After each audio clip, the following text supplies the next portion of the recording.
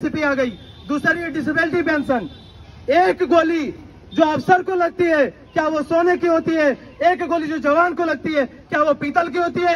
क्यों उसकी पेंशन कम और आपकी 1.5 लाख क्यों? मैं बोलना चाहूंगा क्योंकि जंतर मंतर पे थोड़ा मेरी बातों को समझिएगा कि आखिर आज ये धरना किस लिए किया जा रहा है, क्यों किया जा रहा है, इसमें प्रकाश डालना बहुत ज्यादा जरूरी है।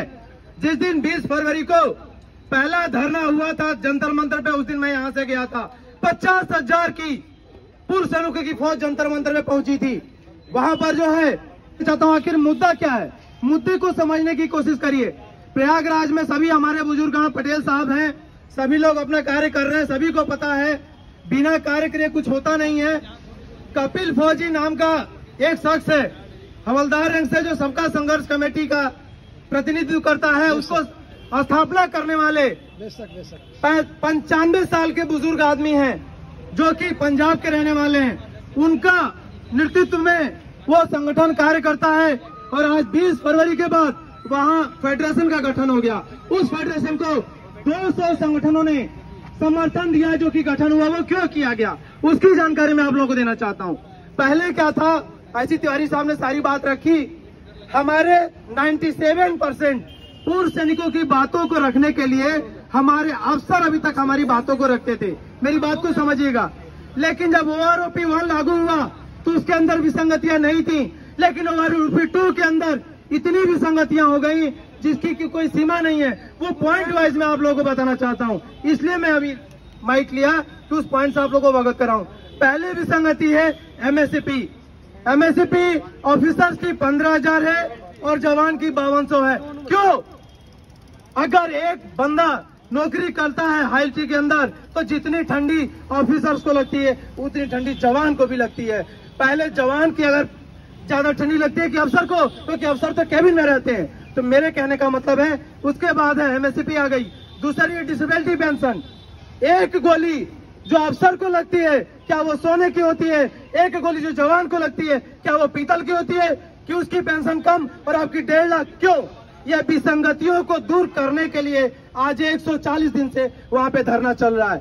और आज आह्वान किया गया था कि 2 तारीख को पूरे भारतवर्ष के अंदर हर जिले के अंदर ये प्रदर्शन किया जाएगा, जिसके अंतर्गत पटेल साहब ने परमिशन लेके आज यहाँ पर भी ये ऑर्गेनाइज किया गया। अगली कॉलेज जंतर मंतर की, अगली कॉलेज 23 तारीख को जंतर मंतर पे हमारी पुरजोर तरीके की रैली है। उसको समर्थन में प्रयागराज से पूर्व सैनिक बंधु जो जाना चाहते हैं अपना रिजर्वेशन करा लेंगे। और हमें यह नहीं देखना है कि कौन कर रहा है, मेरी बात को समझिएगा। हमें यह नहीं देखना है कि यहाँ कौन बोल रहा है, हमें यह देखना है कि हमें क्यों जाना है। अगर हमारा क्यों क्लियर होगा तो कैसे तो अपने आप क्लियर हो जाएगा। मेरा कहने का मतलब है कि पेंशन बढ़ेगी तो सबकी बढ़ेगी, अगर बढ़ोतरी होगी तो सबकी बढ़ोतरी होगी। इसलिए हमें अपने लिए जाना है, दूसरे के लिए नहीं, दूसरे के बारे में नहीं सोचना है। 23 तारीख की कॉल है वहां के लिए। उसके बाद विसंगति के ऊपर आ जाता हूं, आती है उसके बाद क्या कहते हैं, डिसेबिलिटी पेंशन हो गई। प्रीमेच्योर को सबसे बड़ी बात मैं आप लोगों से कहना चाहता हूं कि OROP 2 के अंदर प्रीमेच्योर सर्विसेज को OROP से बाहर कर दिया गया। एक बात बताइए, कहां तक कहां कहने आए ये? अगर ऐसा करना था तो आप अभी लागू करते, 2019 से लागू करते। जो नए भर्ती हुए हैं वो अगर आते तो शायद वो पेंशन नहीं आते, लेकिन जो पुराने पेंशन आए हुए हैं उनके ऊपर ये आपने थोपा है। थोपने से काम चलेगा? अगर उनको पता होता कि OROP 2 में मुझे नहीं मिलेगा तो शायद वो पेंशन नहीं आता। मैं सही कह रहा हूं कि गलत कह रहा हूं, बताइए। इसके विरोध में यह धरना है, हमारा धरना, ये प्रदर्शन पूरे भारतवर्ष के अंदर 28 लाख पूर्व सैनिकों का है। ये इसीलिए है कि आप गलत कर रहे हो। अब ऑफिसर्स और जवान की जहां तक बात है, ऑफिसर्स हमारे दुश्मन नहीं है, ऑफिसर्स हमारे दोस्त है, जिसकी वजह से उनको बागडोर 2015 में सतवीर साहब को हमने दी थी कि आप OROP की लड़ाई लड़िए। आज हम अफसर्स को गलत क्यों कह रहे हैं? इसलिए गलत कह रहे हैं कि जब ये लागू हुआ तो आप क्या कर रहे थे, क्योंकि आप हमारा प्रतिनिधित्व कर रहे थे। 97% को 3% वालों ने दिखा के OROP 2 लागू तो करवा दिया, लेकिन उसमें भेदभाव हुआ, इसलिए यह प्रदर्शन हो रहा है। जो आप सरकार ने जो पैसा दिया है उस पैसे को समान रूप से डिस्ट्रीब्यूट नहीं किया गया, इसके लिए प्रदर्शन हो रहा है।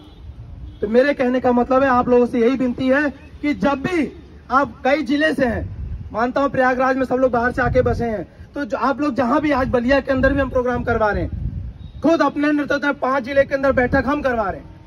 मैं veterans India joint secretary Prayagraj का हूं, जो कि वेटरन्स इंडिया के अंदर पटेल साहब ने हमें दिया था, नेशनल संगठन है। तो हम कार्य करते हैं, सच के साथ रहना हमारा काम है, सच्चाई है। हमारे साथ गलत हुआ है तो गलत का विरोध करना भी हमारा कर्तव्य है। देखिए 2 चीजें होती है, एक तो कोई गलत देख रहा है तो देखने वाला भी गलत है, और अगर गलत करते हुए कोई कार्य कर रहा है तो उससे बड़ा मतलब प्रतिरोध है जो गलत देखते हुए बर्दाश्त कर रहा है। हम बर्दाश्त नहीं करेंगे। हम अपने पेट की लड़ाई लड़ रहे हैं और किसी की लड़ाई नहीं लड़ रहे। आपने हमारे पेट पे लात मारा है, हम पेट की लात बर्दाश्त नहीं करेंगे। आप बताइए, प्रीमेच्योर अगर रिटायरमेंट आता है तो उसके बच्चे छोटे छोटे होते हैं कि नहीं होते हैं? उसके पेट पे आपने लात मार दिया कि और पिट्टू से उसे बाहर कर दिया। क्यों बाहर किया भाई, क्यों बाहर किया? कहां जाएगा वो? सरकार कहती है कि हम नौकरी देते हैं, आज हमारे प्रीमेच्योर रिटायरमेंट दर दर भटक रहे हैं। क्यों भटक रहे हैं? अभी अग्निवीर योजना लेके आए, अग्निवीर योजना के अंदर कहा गया, एक रेलवे ने निकाला है कि हम आरपीएफ में डालेंगे। तो मैं कहता हूं कि पहले जो 16 साल 17 साल सर्विस करके आए उनको आपने नौकरी क्यों नहीं दे दी, जो आप दे दोगे? लूल बवानी बातें नहीं चलेंगी। हम किसी सरकार के दोषी मतलब विरोधी नहीं है, हम किसी सरकार का विरोध नहीं करते, लेकिन आपने अगर आपकी देखरेख में लागू हुआ है, इसको सही करना भी आपका कर्तव्य है। पटेल साहब ने कहा था कि हम मांग कर रहे हैं सही करने की, नहीं, हम सही करने की मांग नहीं कर रहे हैं। हम मांग कर रहे हैं 3 पूर्व जज कमेटी बैठा है और उसके सामने हम अपनी बात भी रखें, आप अपनी बात भी रखिए। वो 3 जज जो निर्णय देंगे वो हमें मंजूर होगा, यह हम मांग कर रहे हैं। हम भीख नहीं मांग रहे हैं, हम भीख नहीं मांग रहे हैं।